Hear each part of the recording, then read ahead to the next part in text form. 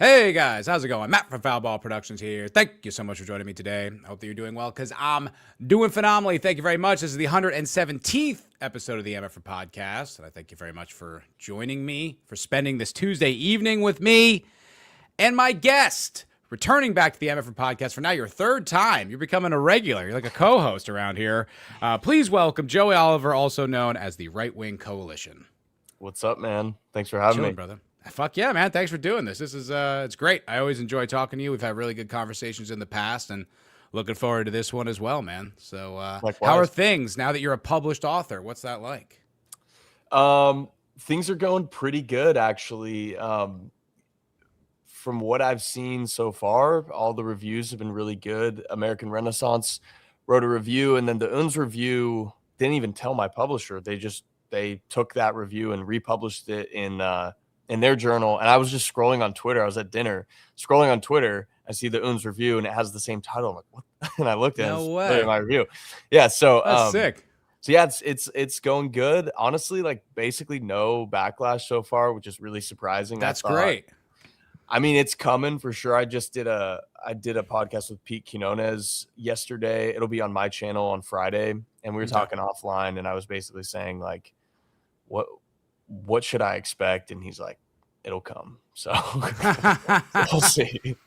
You know, I have this theory that you can kind of put things in books that are more inflammatory than you can put things like in videos or podcasts or something like that. Because I feel like more people, like it takes a lot more effort to dig through a book and find the inflammatory thing.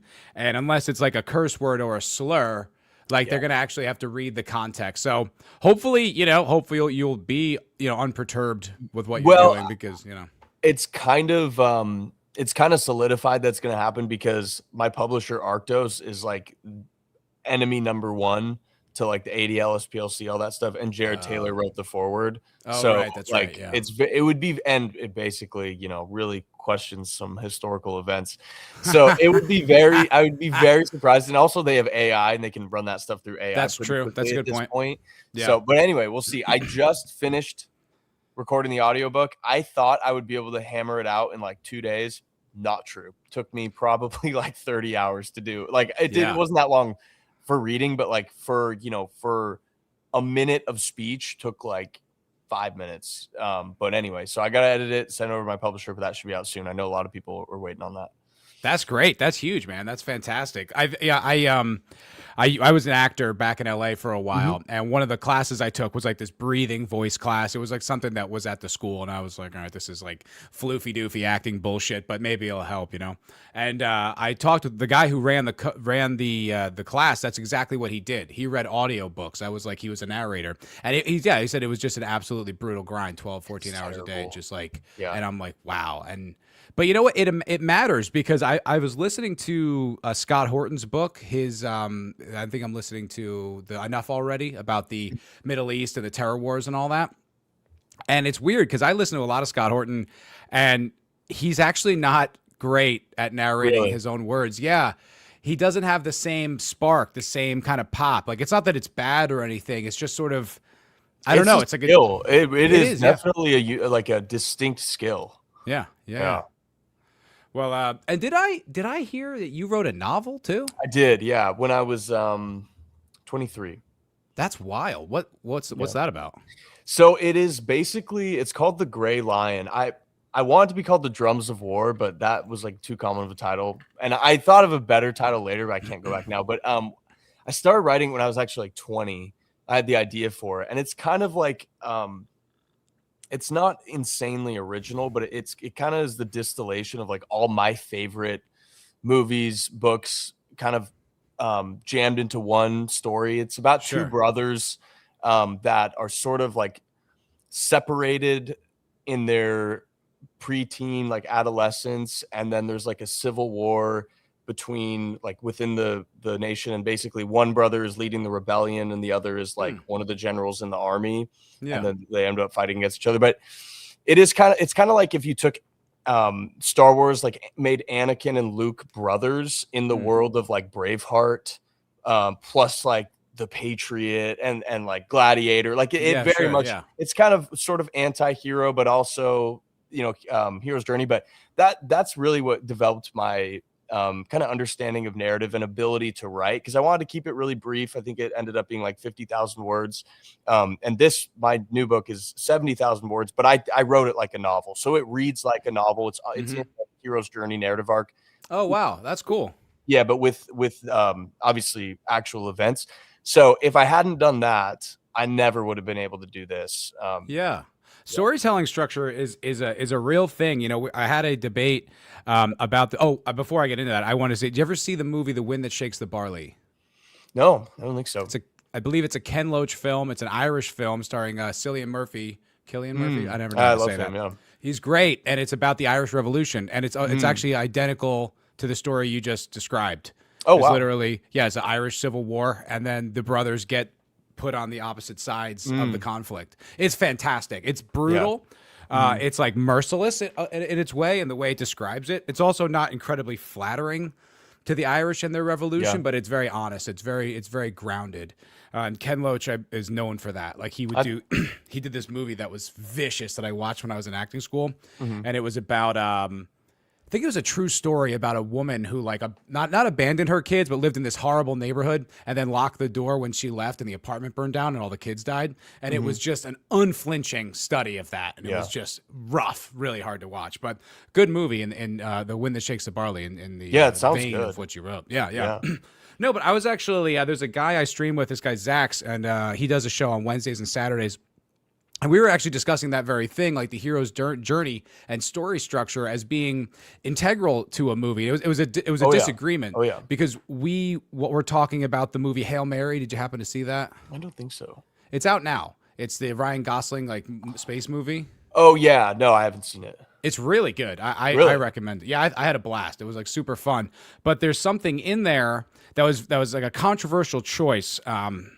I don't really want to spoil it because it's revealed towards the end, but it was, to me, it broke the hero's journey, or at least its structure broke the hero's journey. And it's one of those things that I feel like you really can't get away from that. And if you're going to break the rules, you really need to understand why. Oh yeah. Yeah. It's, I totally agree. And a lot of people don't understand that. I mean, the hero's journey is basically encoded in our DNA for it to be for us to be connected with it.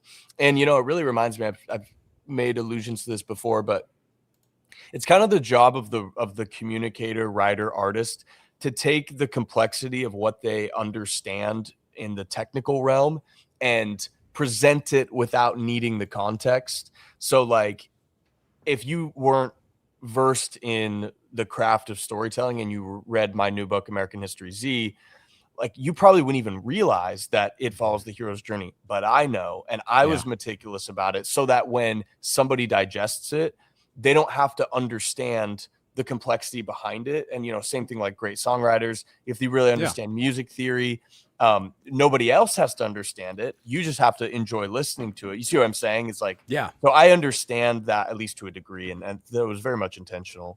Yeah, I'm sorry. I was just laughing at Sentient Dildo. He's a regular around here, and he says, here we go with there's only one way to make a movie, Hollywood-brained retardation. He's from Croatia. He's an enlightened European with a sensibility of aristocratic, blah, blah, blah. No, I don't agree with that, Sentient Dildo. We talked about, did you happen to see the movie Warfare?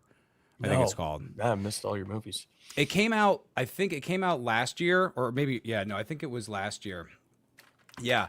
And it's by, what is this guy's name? I forget his name. Alex Garland is the director.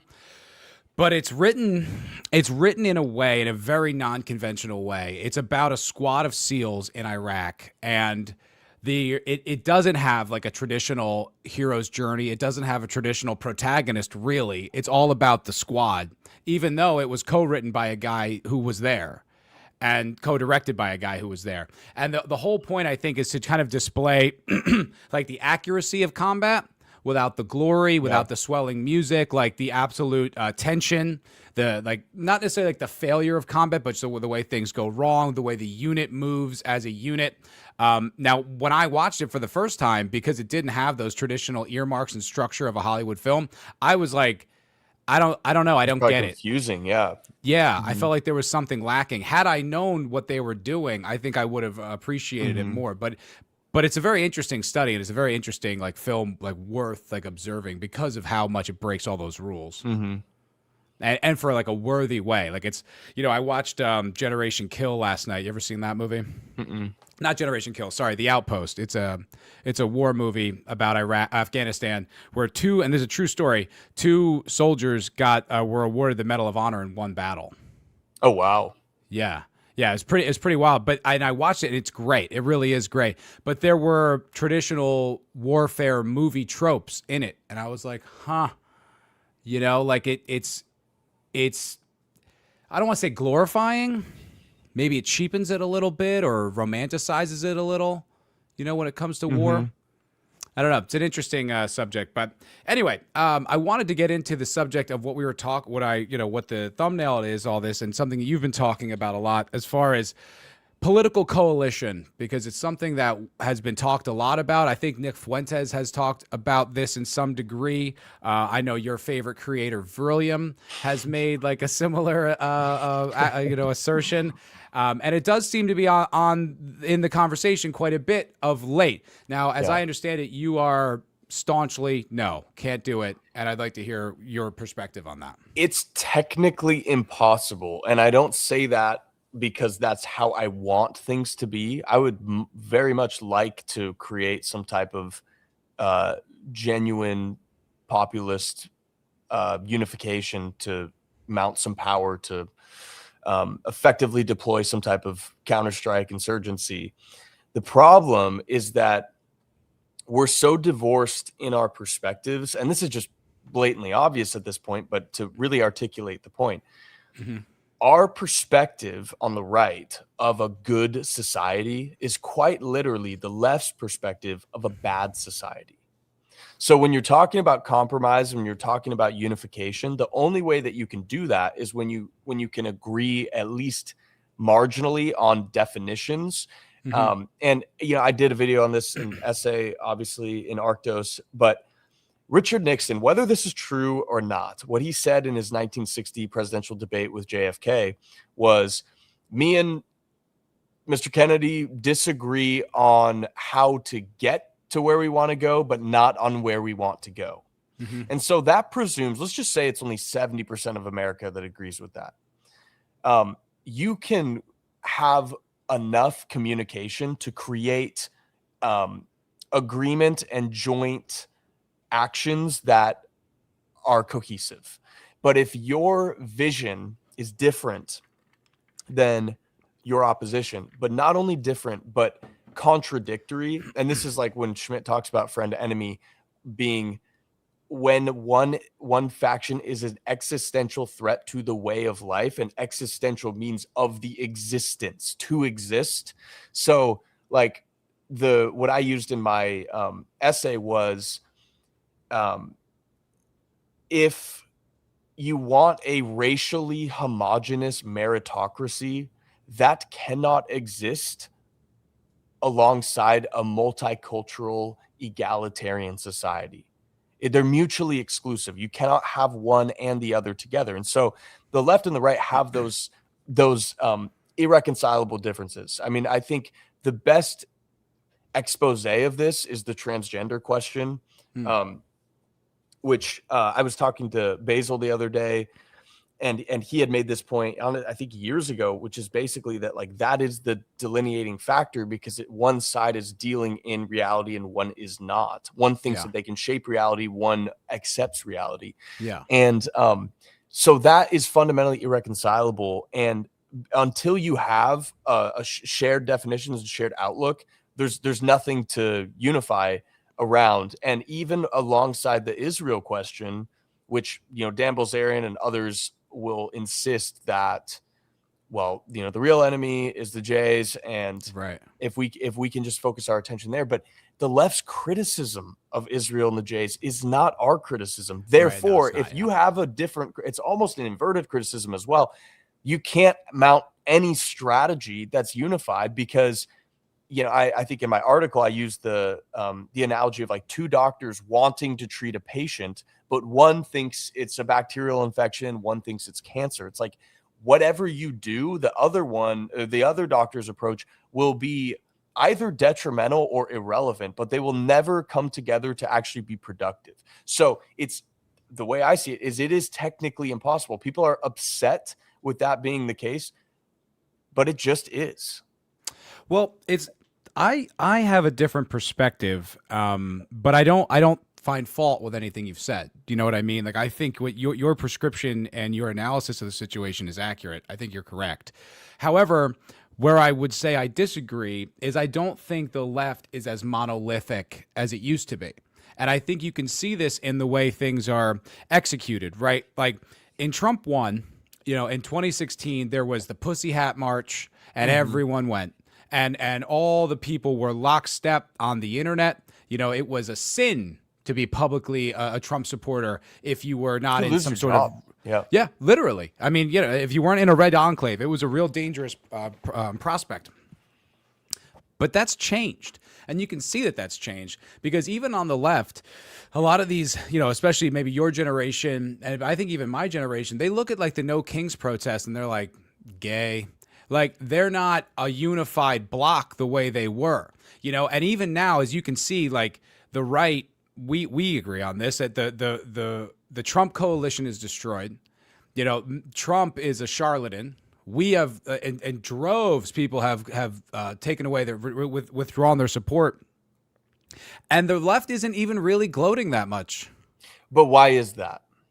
Well, I think it's because they're not, I think they're not as activated as they used to be. I don't think they're as cohesive as they used to be. I think Palestine broke that coalition in a way that nothing else really could have, because they called Biden Genocide Joe, but 4 years ago or whatever it was, 5 years ago, they were ready to elect Hillary Clinton, who's an absolute barbarian in the Middle East. Yes, I mean they do fundamentally have no principles and no ethics, but the reason why this is my theory, and this is why I posit in my book, the reason why you've seen this Overton window shift and this this acceptance of the right is not because the left is getting more comfortable with right-wing ideas. It's because the Jays abandoned the left post October 7th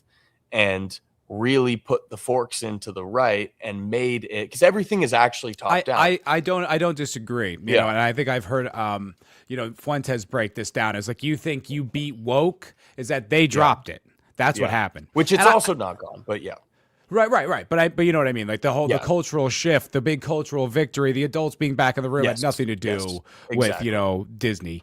Let me articulate a little higher level on at least my disagreement with your kind of hypothesis there is, okay, I'm not talking about the left of like your 55-year-old housewife Democrat. I'm talking about the radicals of the left, because what the left does that the right doesn't do is they protect their radicals. Yeah. But because they protect the radicals, they're also, they have obligations to the radicals that the right does not have. The right pretends the radicals don't exist, or they denounce them. Yeah, that's the left does not. And so if you were to go to the mainstream left and try and integrate some of our ideas into their model, their radicals are still vehemently opposed to that and would never allow that to coalesce. And I think you're correct, right? I think your assessment of the left as and that wasn't like condescending. I just mean like that's kind of what we're referring to here was accurate. I think it's changing. I don't think it's as cohesive. I don't think it's as monolithic as it used to be. I hear a lot of disillusionment from, people who were like traditional, like they don't, like if you look at the polling, the favorability of the Democratic Party has not gone up, even though Trump's has plummeted. The people are I feel like a lot of the people on the left are looking at, they're both bullshit. Like they're kind of in a similar place that we are, with different principles and different values. Yeah. And the reason I point this out is because I actually don't see them I don't see BLM being an issue anymore. I don't see any of those online. Like I don't see disagree. it. Do you still see these campaigns? I feel like it's not pushed. I feel Well, like they don't have the traction anymore. it may not be as promoted institutionally, because you also have to remember that most of the left's noise is a concoction of the establishment. But Fair. I would renounce everything that I've said here if you can find me one explicit Democrat under the age of 40 that is openly pro-white. Yeah, I mean, look, I'm not gonna sit here and say that that's like not like that's a tough ask, and it is. Like I have a buddy, like I said, who I feel like would fall into that category.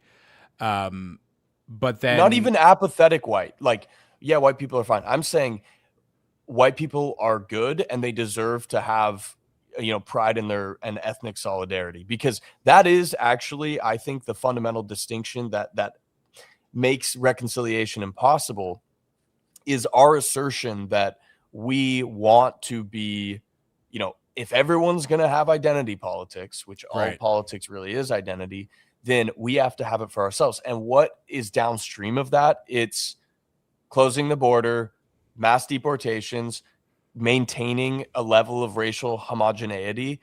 And if you cannot do that, at least my principles and my vision for a nation I want to live in is the load-bearing idea for everything to compound off of. I don't disagree. If they don't concede that, to me, not worth it. I don't care if we get if we get like some idiot in the Epstein class arrested. If they can't, if we can't start there, because that's what I mean about the good and bad being inverted. Because to them, a 90% white America is a bad America. Right. Yeah, I mean, look, I don't disagree, and I know that the racialists on the left are still very prominent, and there is that. I mean, it happened with you saw an example of it with Sabrina Carpenter, where Muslim woman, she makes like that a natural reaction, and then once she found out it was from a culture that wasn't a white culture, exactly, she dropped right to her knees and like begged for forgiveness, and they came there. I do genuinely, authentically feel like that is waning. I don't feel yeah, that's my impression. I feel like a lot of people got completely disillusioned. And I was saying this to my friend.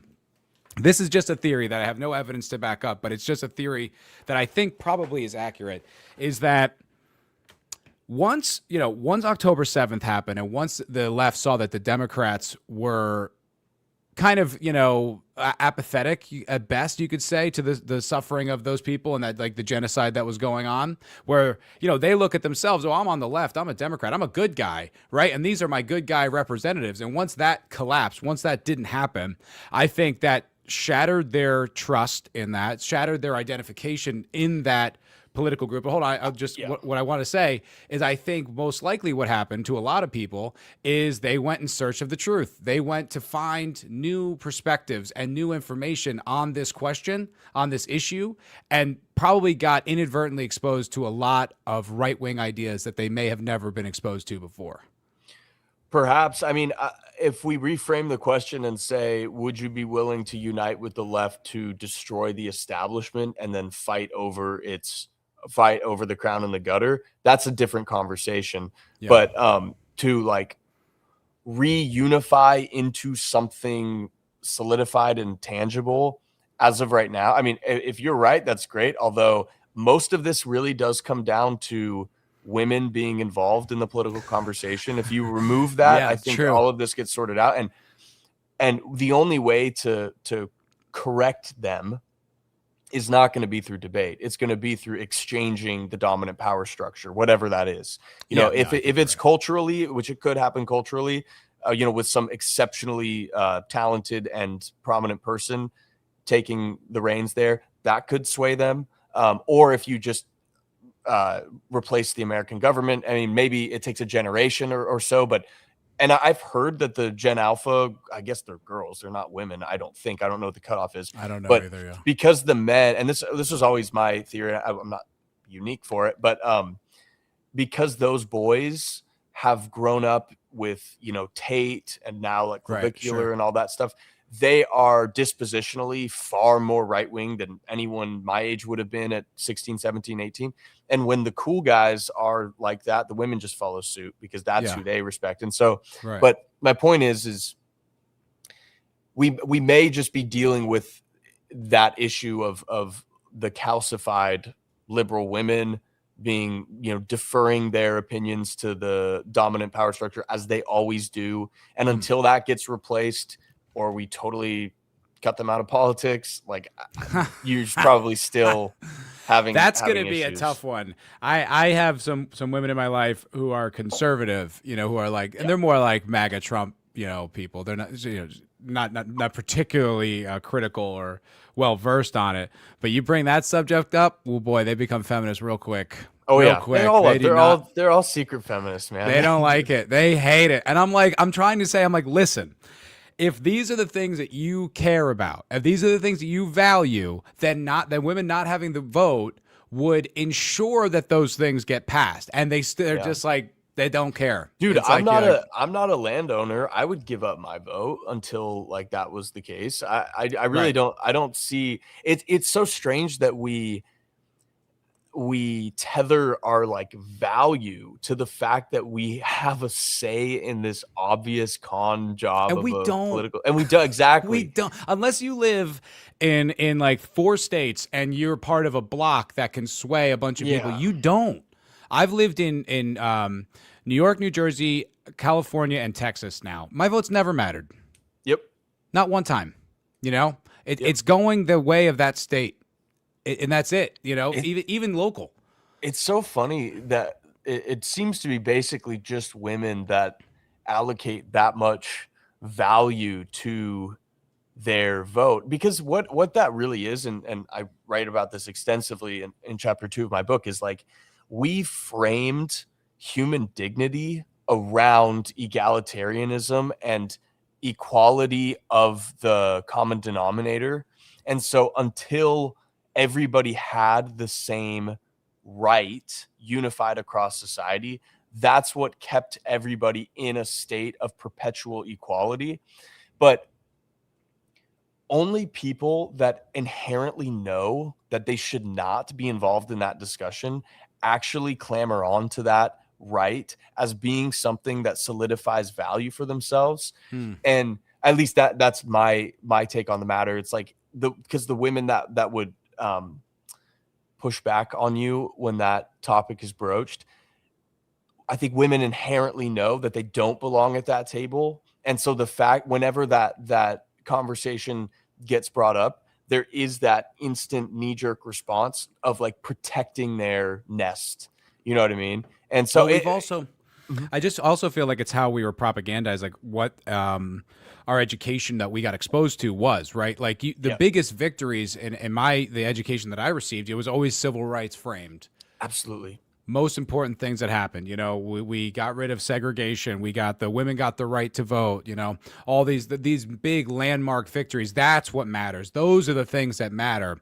And when you talk about women being responsive to institutional powers, like, like that was their foundation of how they interacted with government and society at large, was these rights were not given to you and they had to be fought for by feminists, and this matters. And it's like, it comes back to that whole thing that like, even in this country, like the right wing is left wing.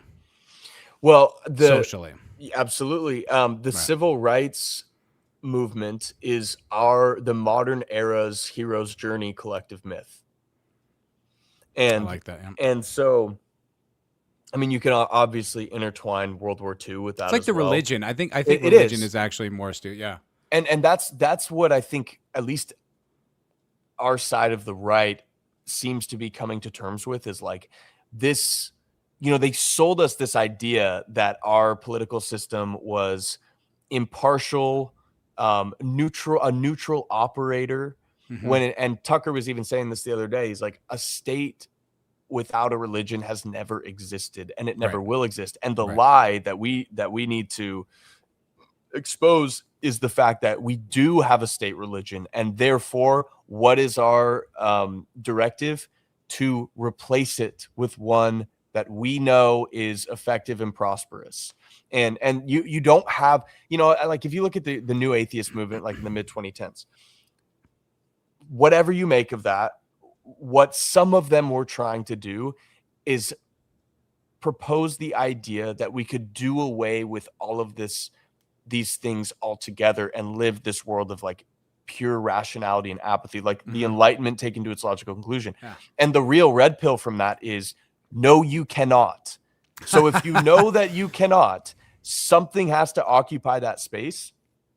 And I mean, it's the same conceptually as when people would say, like, you have a God-shaped hole in your heart. And whether, and I remember I went to Catholic high school, I remember learning about this. And it's like, they would say, you will try and fill it with something.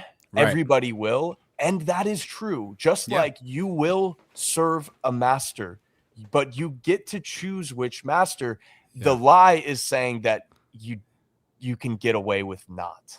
Right. And it's even someone like Rogan was observing this years ago, like talking about like the rise of like this kind of CrossFit culture, that people will find this, the ritual, they will find they will do the thing, they will worship something else. And it's funny, like, also, I think one of the like you said, you cannot replace the religion, as a conclusion of the new atheist movement. It also, to me, reminds me of the same framing as identity politics, right? Whereas this is the ideal way to do it. This is the most enlightened, righteous perspective you can have. And then the only fucking people who ever follow it are white Christians. Exactly.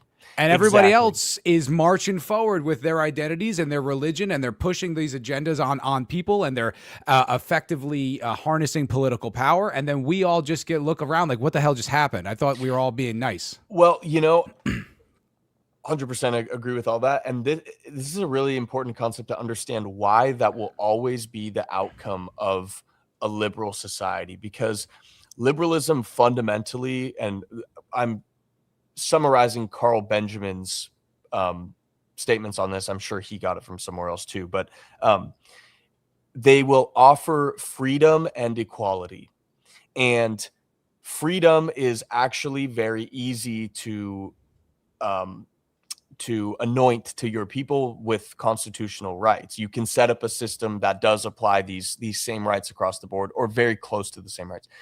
But it's equality that is the problem, because the core tenet of liberalism is the predication on the universal man as a concept. Right. And it does not account for the fact that there's differences in races, genders, there's differences genetically between classes that we do not even acknowledge. I didn't know. Never heard that. And so if you have a system that fundamentally won't address the fact that there's inherent differences between groups, but you are selling equality based on the idea that there's not, any marginalized group that is, either suffering from just inherent genetic differences can always go to the liberal and say, you promised me equality. There's 50, a third of us are felons. What does that mean? That means that you are not providing me the proper equality. And so this is why I say that's a great point. The new right, one, equality shouldn't even be on the list of political virtues. Order number one, indisputably, like that should, and liberty too has been, I've talked about this many times, like liberty too has been so bastardized that we can't even probably formulate a proper definition of what we mean by liberty. But what we don't mean by liberty is indulgence of vice. That's not liberty. That's slavery. Yeah. Right. Yeah, it is. No, I think, I mean, look, your points there are all really sound. I mean, especially like the fundamental critique of like the liberalism, where there will always be a gripe correctly, right? When you're talking about, equality, because also everyone's definition of equality varies. Exactly. It's kind of a broad term. It doesn't really mean everything to everybody. It's got a lot of different definitions, right? Like, I think as the founders meant was that, you weren't entitled to rule over us because you were born into a certain family on a certain part of land. Like, you're not superior to me because of that. That's that we need a little bit more like of, equal like representation and all this type of shit, whatever. But what I don't think they ever accounted for was the fact of the ingrained like cultural and ethnic suspicion that was part of all cultures for all time up until recently. I don't think they ever accounted for that. I really don't think they ever envisioned the United States would not be a majority white, would only be for white Europeans. I mean, and they were explicit with that. I mean, the 1790 naturalization, I can't remember the official name of it, when they said, free white person of good character. Right. And I made a... Was it you that said how radical that was? I was hearing someone else talk about that. It might have been Daryl Cooper. I wasn't talking about it. Okay. I did a video fairly early on about racism and how racism isn't what people think it is on the right wing. And one of the very stark facts about that conversation, and I didn't discover this myself, but the term ethno-state didn't even exist until the 1980s because state itself was synonymous with what we call an ethno-state now, because that was fundamental to its definition. So there's a lot of things in the original, and also deifying, I know you're not doing this, but deifying the founders' original hypotheses is like, well, if they said it, then it goes. That's another thing that we need to take down too. And I used to have that myself until not that long ago, maybe 4 or 5 years ago. But regardless, I do actually want to get into that in a little bit if we could just put a pin for later. But regardless, there's a lot of things that they said that everything was so implied that they didn't think that they needed to clarify things that were so self-evident. And they were self-evident of the time. That's the thing. Like, things were that dramatically different, right? Like, years ago, I listened to, I think it was Brett Weinstein. I don't think it was Eric. And it was on Rogan. It was like one of those early intellectual dark web conversations. But he basically broke down like this whole kind of the very nature of racism as like being this defense mechanism against outside cultures, as having like this disgust mechanism because of the potential for disease from an uncontacted tribe or organization of people that was there to keep you safe. It was there to keep everybody safe because they might be carrying a pathogen that no one in your tribe's ever encountered, and it could wipe you all out. And so it was this kind of like intrinsic, like ingrained thing. And if you extrapolate that right onto what the world was like in, 1780, it was so fundamental. It was so part and parcel with society, with culture. It would have never even occurred to them. Like, in fact, saying like white people of good moral character was radically like progressive at the time. Yeah, because it was like they're mostly English, right? It's mostly like the English legal tradition is what they're carrying on. But they meant, Germans, they meant French, and even that was so controversial that the second president passed the Sedition Act, the Enemies in Sedition Act, which basically like limited speech and like persecuted like the French. Because of the fact that a war might break out, right? Where like this whole thing with Napoleon. So like it was that controversial that a different country, let alone a different race, would have like the ability to voice. So things were just, the perspective of things were so different. They never imagined the country would look like it does today. No, and it's such an affront to, if the left has started to kind of pander to those ideas and try and insist that they are just the continuation of the American experience, total bastardization anyway. But, I'm sure Brett was talking about that because that is it is his perspective. And as he will say, and I am a fan of Brett, but I totally disagree with him. I was very charitable to him in my book, but what he will conclude from that is the same thing he will conclude generally, unless he's changed a little bit, when he's talking about women, which is like, we may have differences, we may have these tribal tendencies, but in the pursuit of liberalism, it is our duty to override that with our reason. And I say, no. I agree.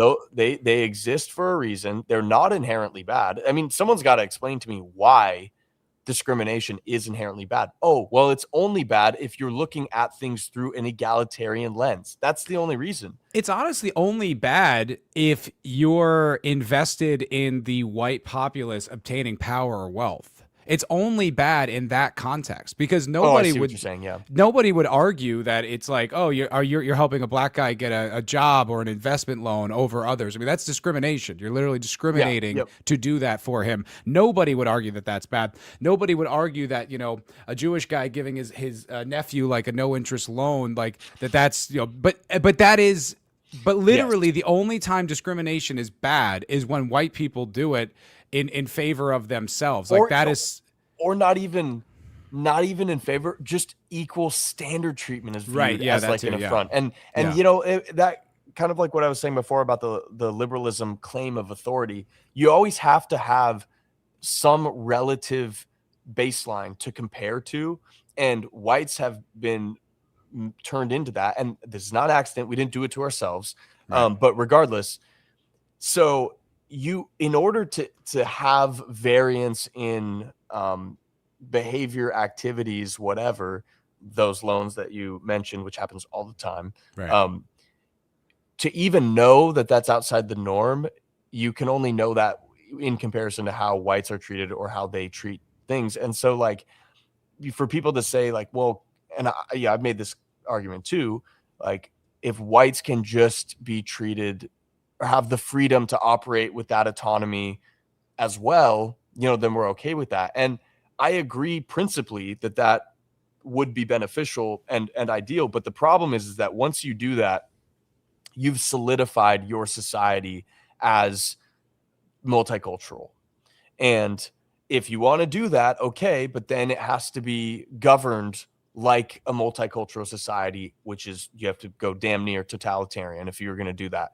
And so I say what's preferable is you have a significantly racially homogenous white country. If you cannot do that, then at minimum, we revert to this, you know, at least whites get to practice the same overt in-group preference. The problem that I see, and this is an extension of, I'll settle for not discriminating against ourselves. well, exactly. And so what I was going to say is, the problem is we seem to be the only ethnic, distinct ethnic population that is capable of actually having an outgroup preference. Yeah. And I think a lot of that has to do with programming, but not all of it. It seems to be, you know, if you look at the state in whatever country, a lot of people have these equations backwards. They put the cart before the horse. They think that, not many on the right think this, but a lot of people think this. They think that these countries are shit because, you know, colonialism or like some external force. But what you start to realize is that all of these things, all of these societies, all of these art forms, they're an outgrowth of the collective soul of the people. And, you know, if you look at liberalism itself, that is only really an Anglo phenomenon. I think that can only come out of the genetics. Only a society as brilliant as a white society could come up with something so stupid. Yeah, well, You know? but it really isn't. And I think that's what allows us to have that inherent like outgroup preference. Whereas everybody else, you could program them all you want, and they will always revert to, well, obviously I'm going to look out for my own. Just like a parent wouldn't look after, you know, a random kid on the street in the same way that they would their biological child. It's just natural order of things. But I think it's a great framing to start from too. I try to, especially like I you know, Nick says, don't red pill your mom. I'm working on it. She's coming around. But that is like one of the things I start kind of describing to her. And I also like, you know, anyway, I have to get into that conversation, but I think that framing of like caring about your family first, that's a great way to start reframing things. Definitely. Because once you start breaking the spell of this egalitarianism, then you start to realize, you're like, oh, wait a minute. Why am I assuming that they're going to act as, you know, egalitarian towards me? They probably won't. And liberals have a very hard time practicing what they believe. I mean, one of the funniest things that I've seen is when guys will go up to, I think I saw this guy went up to this black chick at a New York City Pride March, and he's like, oh, like, when did you become transgender? She's like, I'm not trans. I was like, no, I know. Yeah, trans women are women. Of course you're not. Of course you're a woman. Yeah. There's always that immediate reflex to like not actually live out the fake, principles that they propose. That is my favorite video, because at the end she goes, "You thought I was a man?" Yeah. But, oh, wow. And a lot of that is like, female mating strategy and stuff, which really I wish we understood more societally. But in addition to that, my point is like, a liberal will tell you that they will treat, some random Mexican that comes over the border in the same way that they would treat anybody else. But then obviously, their boyfriend or their brother or their dad, like they live out the hierarchy, because hierarchy is 100%. inevitable, but they just deny it. Yeah. They pretend that they don't do it. Yeah. No, I was discussing this very thing with my buddy, because I was talking about just how insincere a lot of these, like he lives in Seattle, and he was describing a couple that came in, and they were like, oh, we're leaving, like they're gonna go move to like Vietnam because of how bad the country's gotten. But meanwhile, the house that they own, they're like, yeah, we couldn't sell it, but now we can because the value's gone up, and we're gonna sell. We're gonna go to Vietnam and blah blah blah. And it's just like, you are like the only class of people who have benefited from this fucking presidency. You know what I mean? Your value went up, and you're here like, oh my God, it's so horrible. It's just like, stop fucking lying. Be honest about, what you're getting out of these things, and stop. It's all this performance. Oh yeah. It's like, it's this social theater that people put on, that they feel obligated to live up to these values. And it's so fucking insincere. It drives me crazy. Well, there's still liberals in South Africa, and if that doesn't convince anybody that, once it gets bad enough, it'll convince people. No, it won't. That's a great point. They're still liberal. They're still so fucking liberal in Europe. Oh yeah. Western Europe, it's crazy. And I think it's probably unsalvageable at this point in a lot of places there. Yeah. Seems like some of the government's trying to make a difference. Like I don't pay that close of attention, so forgive me, Chad, if I'm way off here.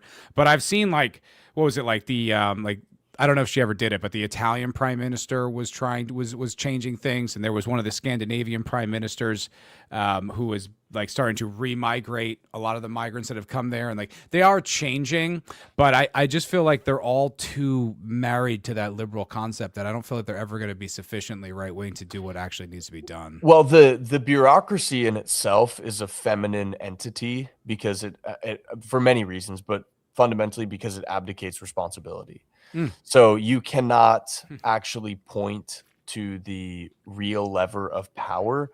And if you have a system that operates that way, you can't actually correct it without masculine top-down power. But to do that, you would have to fundamentally change the entire system. And so with the EU being what it is, even if one state, and at least from what I know, maybe I'm wrong, from one state wanting to fundamentally change things, it's basically not even possible. I mean, the whole Brexit thing was just to, for probably many other reasons, but just to avoid the trans nationality option. Like, if you were granted asylum in Germany, you could freely go to you drive through EU countries. Like, there's no border crossing. Crazy. And so anyway, again, until we break the bureaucracy itself and implement some type of centralized authority figure, there is no solution to it. It's just not possible. So that is okay. Then I would like to pivot to this question, because I was talking about this subject with a buddy, and this kind of, I feel like a lot of the dissident right, y'all have some very articulate and precise. I guess I count myself amongst it now, but it's just, I feel like these ideas were introduced to me, via you guys. But I feel like y'all have some really precise, like, criticisms that are accurate, that are based in reality and based in the history of what we're seeing. Specifically around things like the Constitution. Right? Like, what are we even talking about when we say the Constitution? Are we talking about guns and speech, or are we talking about civil rights and, all these other things that it has turned into, that has like kind of devolved into? So then I guess my question would be, what do you envision as the solution? Like, what is the expression of these criticisms and these issues? Like, how do you envision it manifesting? Well, I really have a difficult time identifying a mechanism for the transfer of power. The worst outcome, which is probably the most likely, is a continual descent into South Africa. But my ideal reformation would look like, I mean, ideally, like racial balkanization. I don't think that will happen. Um, Can you but elaborate on what you mean by that exactly? I yeah, don't like quite if know what we you were mean. to split the nation up amongst racial lines, and so we were to say West Coast goes to the Oh, like Asians or that. whatever. Oh. And because I don't think the multiculturalism, I mean, obviously, I don't think it's viable. I think it's baked into the cake that it's going to fail. Now, I do think that there is probably a threshold. Like, let's say it's 8%. Like, you can Right. have 92% racially homogenous, 8%, and that's absorbable. I think Yeah. that is very likely that there's a number of tolerance. But once you get to a point, and you could probably prove this sociologically, Hmm. once you get to a point, it just becomes racial uh, racial interests competing against each other. Like Well, you vote for the Indian no matter if he's right or left wing because you're Indian. I think that is most acutely expressed via enclaves. Yeah, exactly. You can see it most egregiously in the black community. I mean, you know who Patrice O'Neal was? He Yeah, was a yeah, of comedian. course. So he would talk about this a lot, and he would kind of he's very blunt, and he talked about white people, but he said a lot of the times, black culture or black expression was just to be contrarian to white people.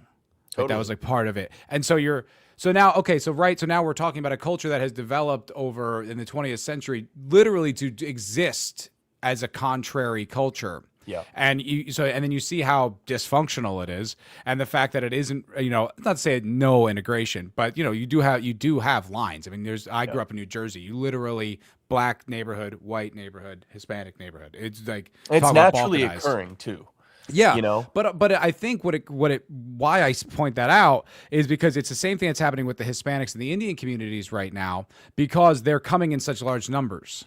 It's like I Mhm. feel like if there was a more of a cultural cohesion mechanism, because you think about this country and say the 1850s with the influx of all these Irish people, right, during the famine, and it was a lot, and they were not happy about it. The locals Yeah. were not thrilled. But you don't see you see the remnants of like an Irish neighborhood in like Boston or something like that, but you don't see Irish enclaves. They assimilated. And same thing with Italians. You'll see remnants of like, like Little Italy or whatever, but they're not distinctly different from the dominant population. So what I mean to say is that there are ways, I believe, to integrate this, but it needs to be done with a degree of cultural force that is, I mean, obviously the immigration problem, we understand, illegal immigration. It might, and the damage may be irreparably done, but I do feel like culturally there needs to be, like those things that the woke and the libs got rid of, like shame and stuff like that. It's like forced cultural Yeah, yeah, yeah. cohesion should be like our true North Star, Well, if anything. I I I would have agreed with that a couple years ago. I just don't think I think the racial component is too powerful. I think Europeans, whites, and yeah, I'm sure this is the case in Africa, like and maybe not North Africa, but like sub-Saharan Africa. I don't think it matters if someone from Nigeria and the Congo like are in some new land together as much. But I think that whites are able to integrate into each other's culture, and especially we had that That's fair. identity as like basically the adventurous, we're the best of Europe distilled into one. I mean, I am like almost half Scandinavian, like 30% Irish, German, Italian. Like I am the consolidation of those four Yeah, great I'm the same areas. way. I'm the same way. And Yeah. and I think that that is like a total, and maybe I'm just biased because it's me, but like I think that that's a fine mix to absorb together. I don't think there's any structural differences. I don't think that you can bring an Indian here, and I don't care how many generations. I mean, maybe if it's interbred, but I don't. Depending on how many generations, it isn't really material to me. If you look at culture as the people rather than people being a product of the culture, you see that like even if we did create a shared culture, it's not strong enough. And this is the real fundamental element of it is. Well, let me just push back just for a little bit. And I don't mean to be the liberal woman who's like, I know somebody who, breaks that dominant majority. But I actually don't agree completely. Asians, I think, are a good example. I feel like Asians integrate into the culture, do not maintain like contrary ethnic. The Chinese, the Japanese can do it. Yeah, they're like the only Koreans, one. maybe Koreans too. Yeah. And I feel like I don't know. The Chinese, I know for the most part are in enclaves, but I don't know. I feel like I do feel like we've had enough example of that. And when it comes to Indians, I understand. I don't know enough about their culture to really comment on this. I don't really care to. Every one of those videos I watch, I'm just like, ugh, gross. But I don't know. Like I knew some Indian dudes growing up. I played golf with an Indian guy the other day. Yeah. It didn't feel like the guy was impossible to integrate into this culture. It did feel like this is, like is he American? Yeah. I mean, I'm saying, do you think? Yeah, he's I'm not in the liberal way. I mean, like he was born here.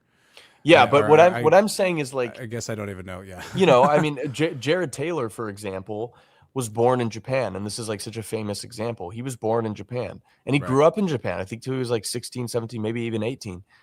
Nobody thinks Jared Taylor is a Japanese man, and America is the only place, because of this like bastardized myth, that he comes here and he fits in, and that's fine. He can fit in. That does not make him part of our founding stock. It's just not possible. I see what you mean. And so, but then I don't think I fit into that really, because I mean, I'm Italian, I'm Irish, German, and Hungarian.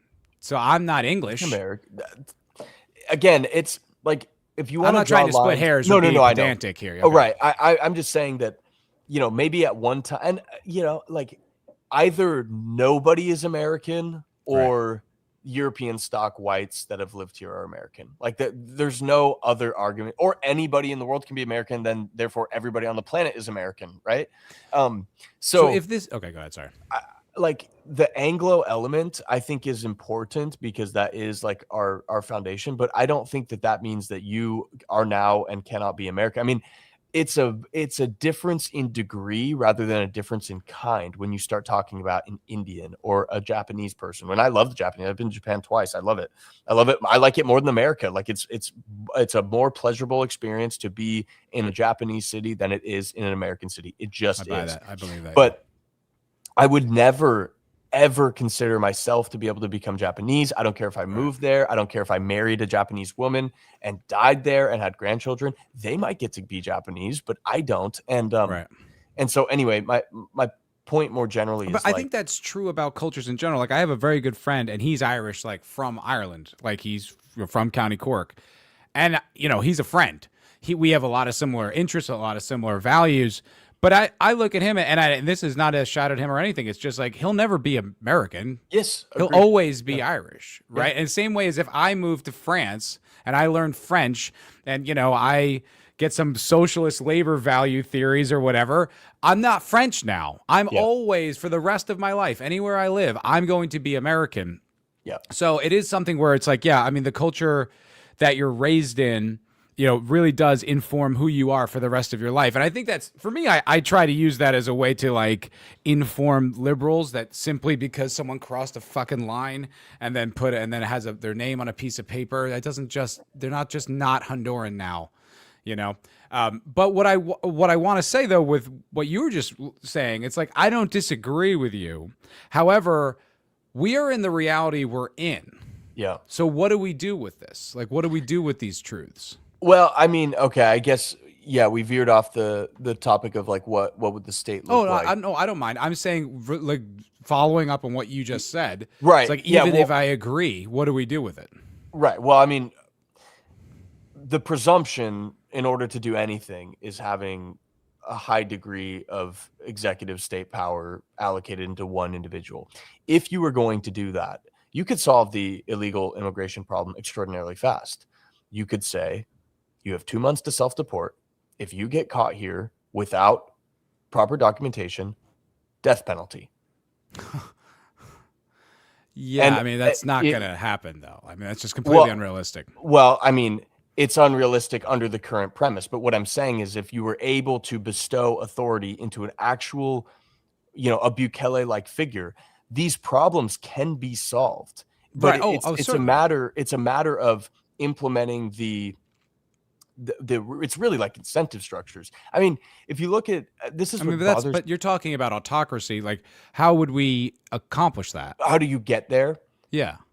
Well, that's the thing. I mean, the problem. I mean, this is like the fundamental problem that people are noticing, is the fact that the dissident right, and I'm not like saying that the new faction is the most prominent, but we are now pointing out all of the major issues with the Leviathan, basically, and which, we're not the ones to point out, but I'm saying these ideas are coming to the mainstream. Yeah. But what's unfair is that we're then being asked not only to diagnose it correctly, but then to offer a solution to the most powerful entity that's ever existed in all of humanity.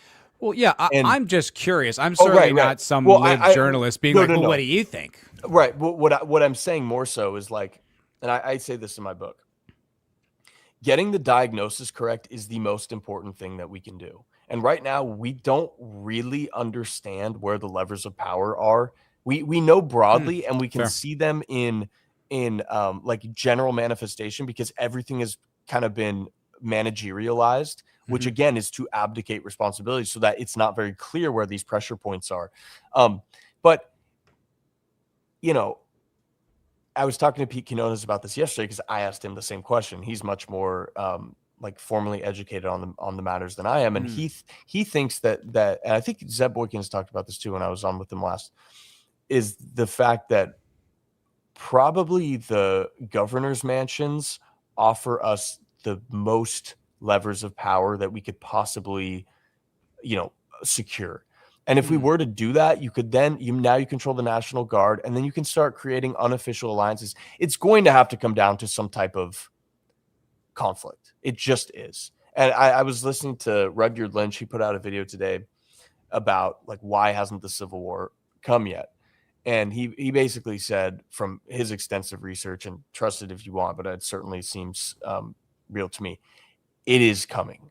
Something is coming based off the metrics that have been passed, specifically like the average age of marriage and childbirth. Like these are indicators that civil conflict is coming. And so it's not, whatever the solution is to any of this, it is not going to come through like, and then JD Vance was elected president. If we get our way, it is going to be through the dissolution of the America as we know it, and the institution of we would have to basically do what Bukele did in America, or come out of some type of civil strife with a Bukele-like figure.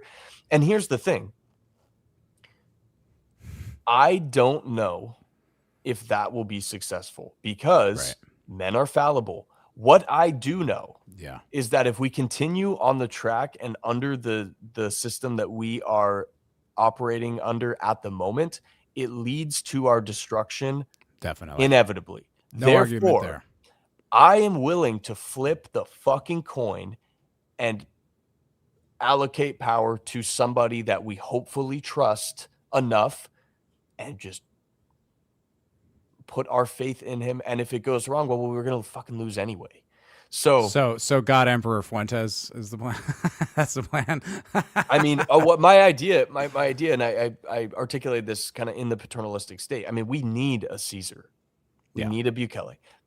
All of this leads to Caesarism anyway, and I'm not extraordinarily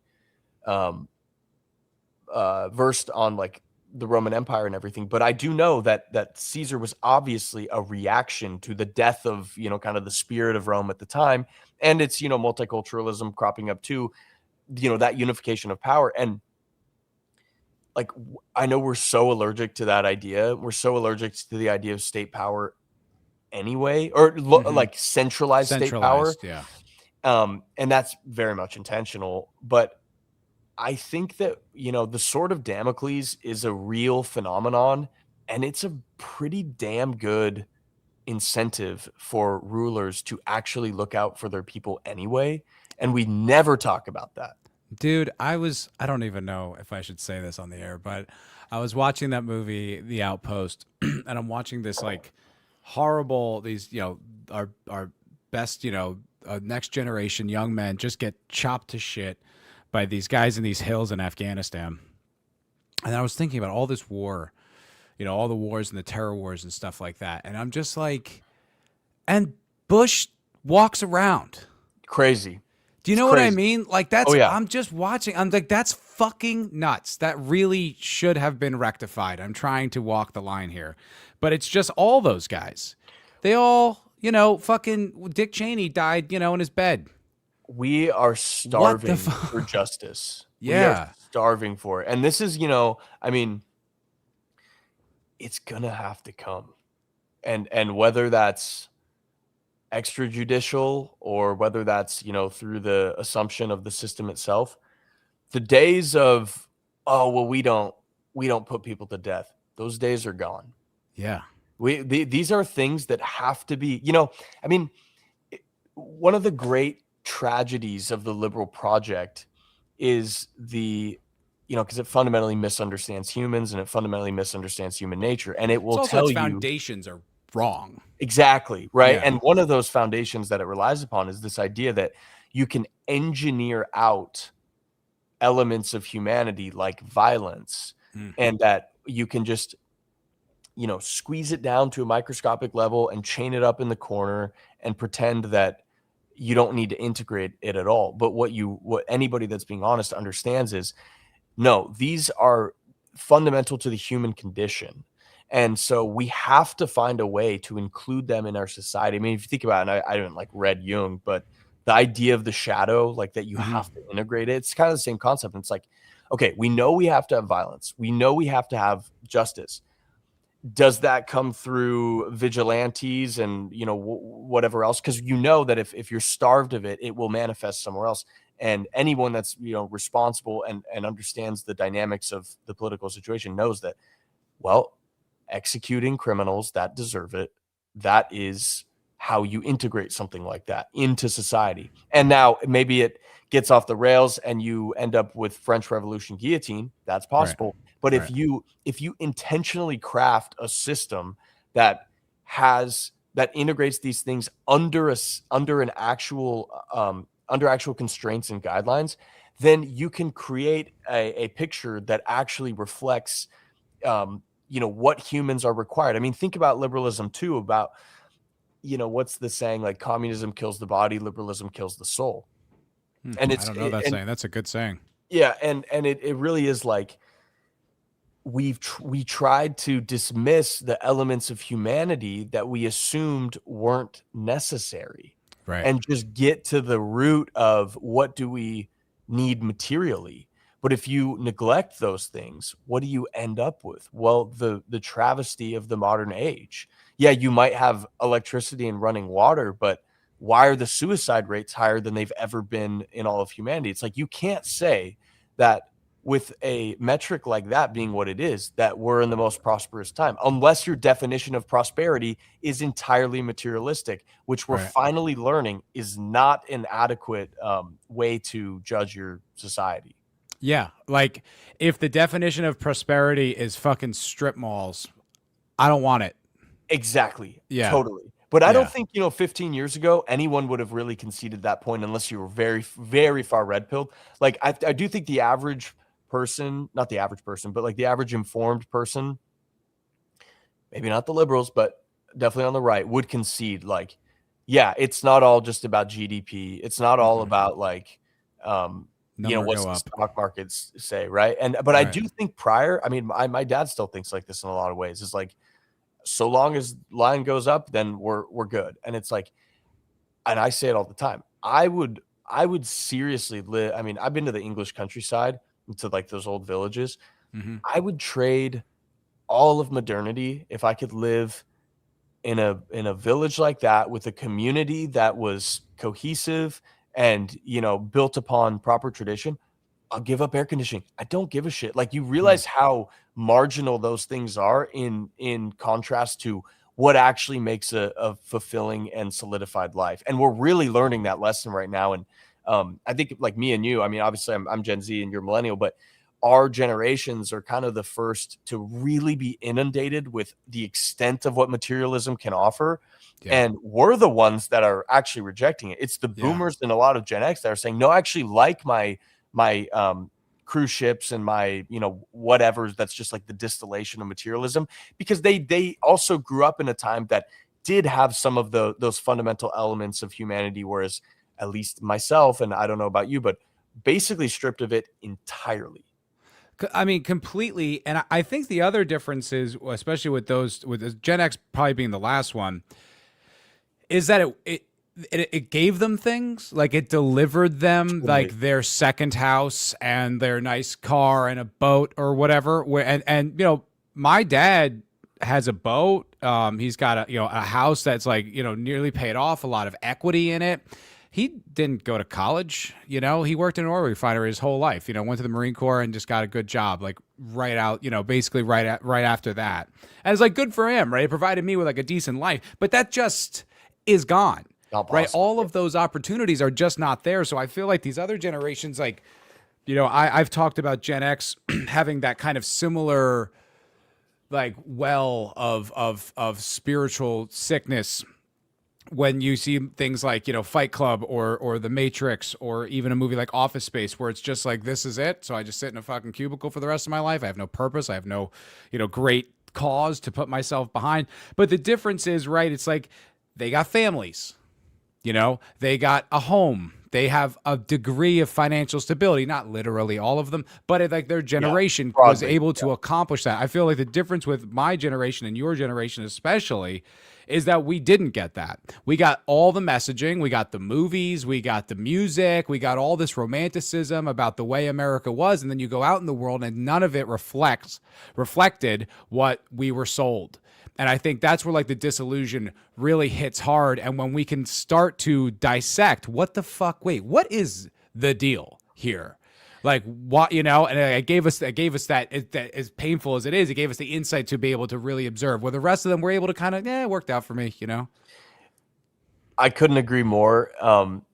Dave, I retweeted this. Dave Green was talking about like the boomer deal, which is like work. I'm going to totally butcher it, but like, have 40% of your income taken away in taxes, have your ethnic population replaced in front of you, be told that you have to be happy about it, watch the older generations prosper under a system that they did not deserve their prosperity. And, it's just like a total lie, right? I mean, and then be emasculated by the opposite sex all the time in your fucking media. And you could we could talk for 2 hours about just that singular thing. But the point that you made and that I'm trying to make as well is like, somebody's not holding up their end of the bargain here, or it's, not in terms that we can accept. Now, one thing, I've been thinking about this a lot and I haven't really heard anyone talk about it. So if you think about how bad things are, especially for white men in America, I mean, it's like actually discriminated against in basically every domain. In the way that they accuse them of doing, they've actually institutionalized it. Totally. Like written into fucking law. And, here's the reason why we're not seeing, I think, the reason why we're not seeing any sort of action from the boomers or Gen X is because the people that complain about that, it's typically to their parents, grandparents, whatever, people in their immediate circles. And when you complain about institutional constraints, the subconscious perception of that from the older generations is, it seems to be at least, yes, you might be right. They might even concede the point that, yes, there are these issues that are systemic and foundational. But if you were really talented, you'd be able to beat it. Therefore, the fact that you're complaining about it is an indictment of your excellence. Yes. And so, and this is the problem, right? Because It's like you can't even succeed with white privilege. Well, I think it actually, yes, Like but that's like part of what you hear, right? It's but like maybe even not the Gen X thing, but yeah. from the left certainly, but even Yeah. from the ones on the right that will concede that yes, you're discriminated against, whatever, I see what you're they saying. will Yeah. still say that yes, you might be right, but if you really deserved it, if you were really good, if you were really generational, you'd still be able to beat it. And so I've been thinking about this a lot because I was talking to my mom and she was talking about like, I don't want to like misrepresent her here because she's really Sure. based, honestly. But That's awesome. but she was basically saying that she thought that there should be mechanisms for young kids that are extraordinarily talented, to kind of foster them in whatever direction. And I actually disagreed. And I don't disagree in terms of like there should be gifted programs, obviously. But what I'm saying is the people that are generational talents, there's no generational talent that, like, if he had just had a good fifth grade teacher, would have become Leonardo da Vinci. That doesn't exist. Now, there's plenty of people that, like, if they had a good mentor, they would have been a senior level executive at whatever. That's true. And I think the system should be formed to aid in, people with talent. But I don't think we should build a system that's catered toward fostering generational talents. I do think part of that is fundamental. If you are that good, you should break out from whatever constraints withhold you. But that's not what I'm talking about for almost everybody. And this is, I think, the fundamental misunderstanding that the older generations can't get their head behind is I agree with them when they say if you are exceptional, you would be able to beat it. Yes, for literally the top 0.0001%. But for those that are not in that and yet are otherwise very talented and productive people, that's not acceptable. Right. They have to be not discriminated against. Like if you think about it from the perspective of sports, right? Almost no kid in athletics has an equal opportunity situation. Whether it's like their dad having played the sport, whether them having the money to play the sport, resources, whatever. Right. And yet it's total baptism by fire. By the time you're 16, 17, 18, if you're not good enough to get a college scholarship, that's it. Nobody goes, well, if he had, if we had put him in extra training when he was in sixth grade. And there's nobody that like went D2, but would have gone D1 if they just like had more training sessions. It's just not possible.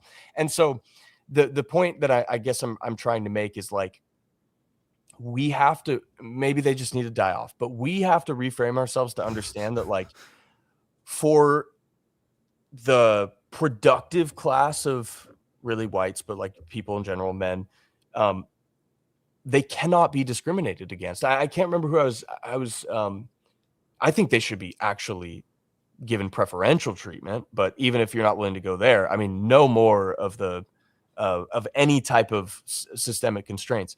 But I think remember. It's also like, it's kind of what I was talking about with the integration thing. I also think it's important to be a cultural shift in the way we view these things, right? Like if me and you have sons, like the idea is to then give them privileges that, the meritocratic, well, everybody, bullshit. We start working together. Everybody starts, we are an enclave now, and we don't subscribe to this egalitarian bullshit. Yes. Like, we give advantages to our friends and to our people, it's like, and it's not to be cruel. It's to be like, no, we need to look out for ourselves. We do need to start doing this and not just like, hey, go out into the world, young man. You'll find a job and a wife and it'll all work out. Like, kick out at 18 or whatever, which I don't really think happens all that much anymore, but it definitely did. Yeah, no, it did. I mean, a lot of people it was just kind of standard. It was sort of like looked down upon if you were still in your house, and if you're 20, you're 22, you're like, you still live at home. It's just like, you loser, and it's just like, no, we're fostering like generations now instead of just like, this is the land of opportunity. That's and you'll get reframe. That's a big reframe. Another thing that's, and I do think people are coming around to that idea, honestly. But another thing that's really important in the boomer mindset that I also rarely hear people talk about, everybody says that, you will, for the most part, you will have a better life than your parents and grandparents. Right. That is not even true. That was Right. true for like 5 generations after Huh. industrialization. Like it was You're saying not, historically it was yeah, not the okay. it was not the Yeah, case that's that like true. if you were born in the 1300s, you had it better than like Yeah, Rome in 400 BC. Like, sure. but again, the lie of continual progress. But Right. that's really That's a fundamental great because point. if you look at prosperity in the last, let's say, 5 6 generations, it's a parabola. And it's like the boomers, again, they have this cutout of literally materially the best life that they could have had, and they believe this idea that it should always follow and be better. And the fact Right. that it's not is, again, an indictment of your ability and your capacity. But if you do away with that myth of continual progressivism, then they're able to identify that we are a product of remarkable convergence of circumstance. And to not have that replicated is not an individual indictment of your ability, character, whatever. But only once you lose the myth and illusion that it's a law of nature that things will get better and progress as a matter of time. It's so not true. That's such a good point. I never even thought of that. I never even thought to question it, but you're 100% right. Why is this just a law of nature? It isn't. We're just, when they say that, they're talking back to 1920 is what they're Yep, talking. They're starting in exactly. 1920, the greatest generation and then the boomers and then the Gen X and they all got wealthier and this is the first generation in history. This is the first generation in 100 years. It's like, Mhm. I'm sure that families and stuff did well in the 1800s or well enough to survive or whatever. But right, it's not like every family, like if your family was here in 1810 and now you're must be billionaires. Yeah, exactly. 'Cause, Well, yeah. and my dad's great, but he told me some like law of real estate once. Like I'm gonna butcher it, but it was basically like every 7 years, like your property doubles in value, something. And I Right. was like, Yeah, I've heard that. okay, Yeah, yeah. well, if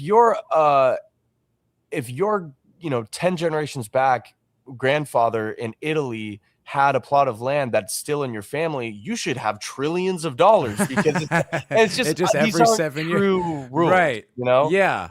It's but in this sort of inflated printing money economy that we live in, then yeah, those rules do apply in that sense, but in practicality, no. I mean that doesn't even make any sense, right? Because then like all land would just be Yeah, priceless, yeah, impossible to own. exactly. It'd be a luxury of billionaires only.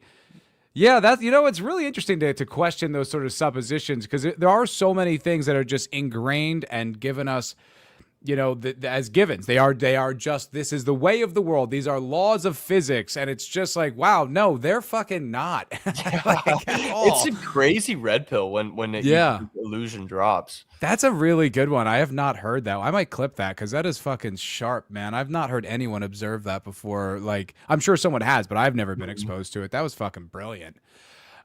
Okay, so we are approaching an hour and a half, and I feel like that's a good place to end. But I am curious. In your last video, and this is something that I've thought, we've talked, and I think we agree here, but the midterms, right? And Mhm. we were talking about these sort of grander plans, this sort of universal vision, the new America, the King America. But what do you envision? Like, what do you see for the midterms? Like, what is sort of like the plan there? And then as far as like 2028, like what's your thought in like the recent future kind of thing? Yeah.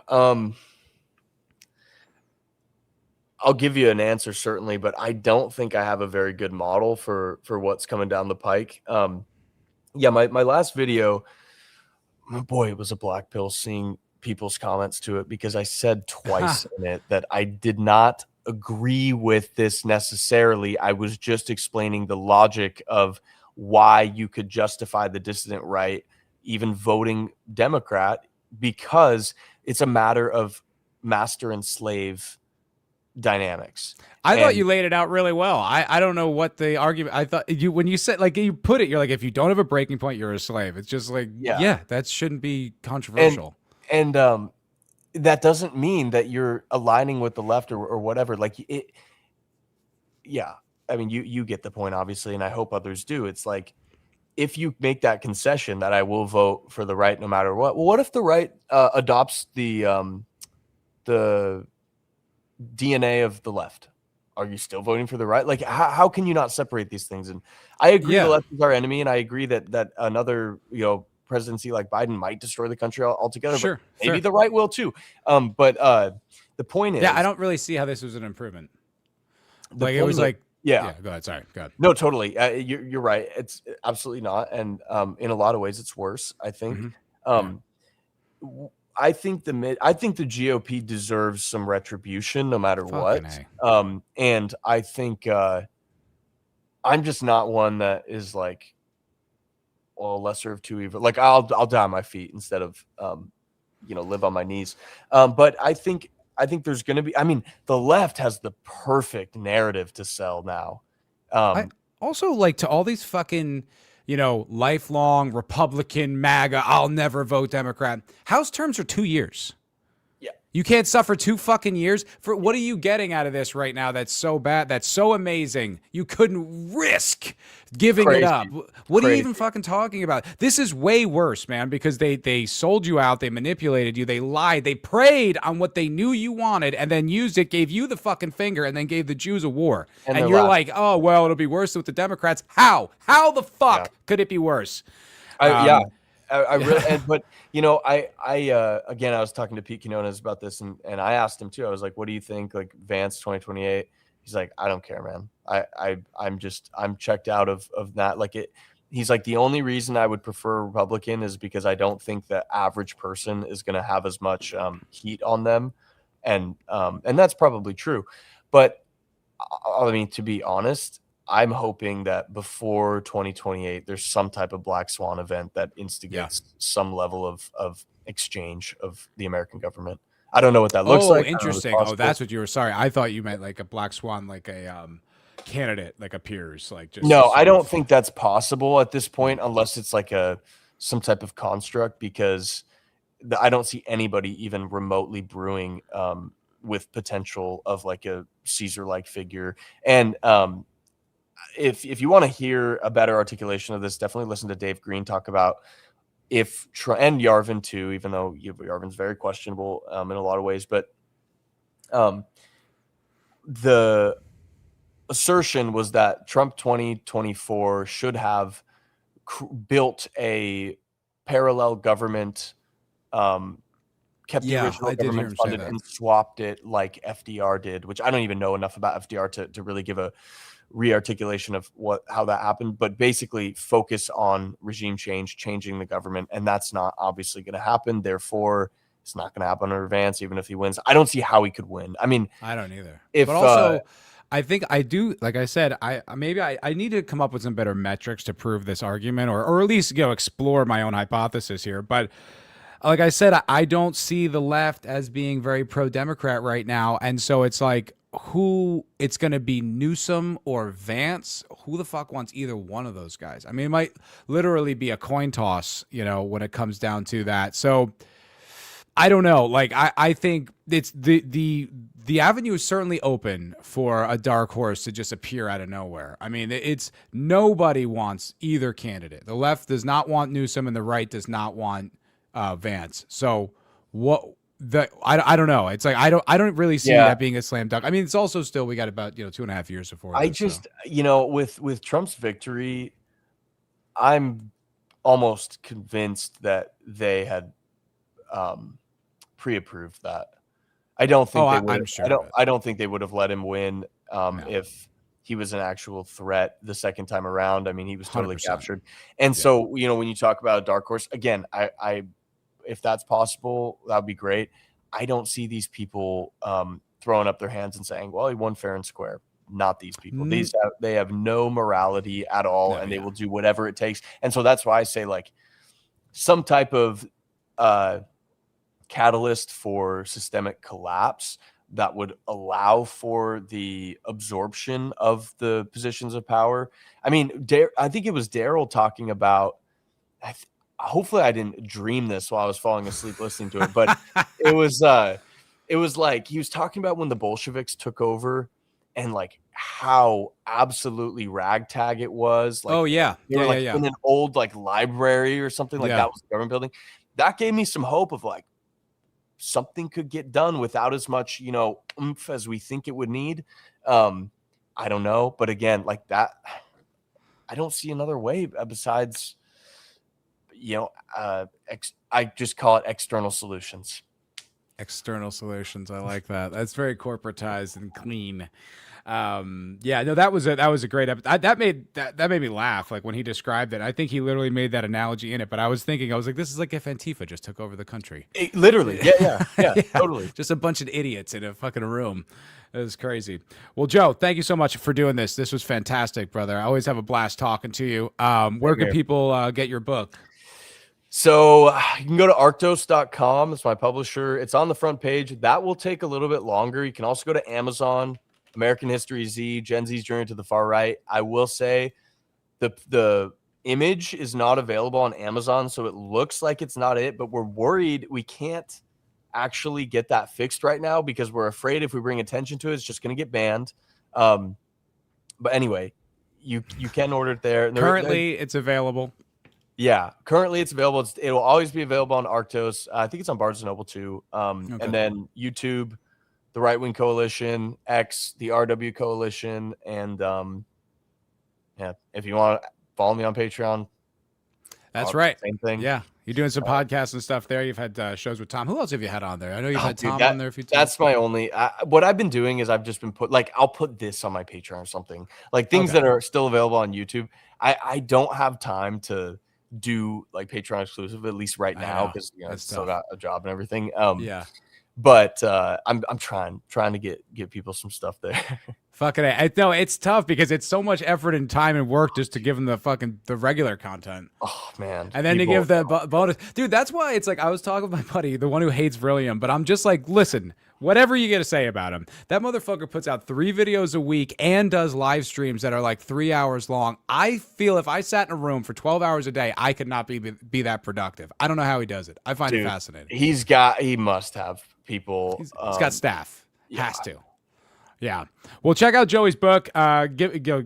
Support. Check him out on YouTube, obviously, X, all that good shit. As far as me, I will be doing another episode of the MFer Podcast on Thursday, a solo stream, and new show on Sundays. You can check me out on the New American Vision YouTube channel. It's in the description. Nav. I'm doing the Right Wing Pulse, which is basically a right wing sort of a weekly roundup of all different conversations in the sort of the right wing or political sphere. Maybe the most viral, the most talked about, the ones that have the most impact, or maybe just the ones I find the most interesting. So that'll be every Sunday night at 7 Central. Last week went for about 3 hours. It was pretty fun. So I recommend checking that out. And yeah, this'll do it for us. And y'all have a great night. Talk to y'all soon.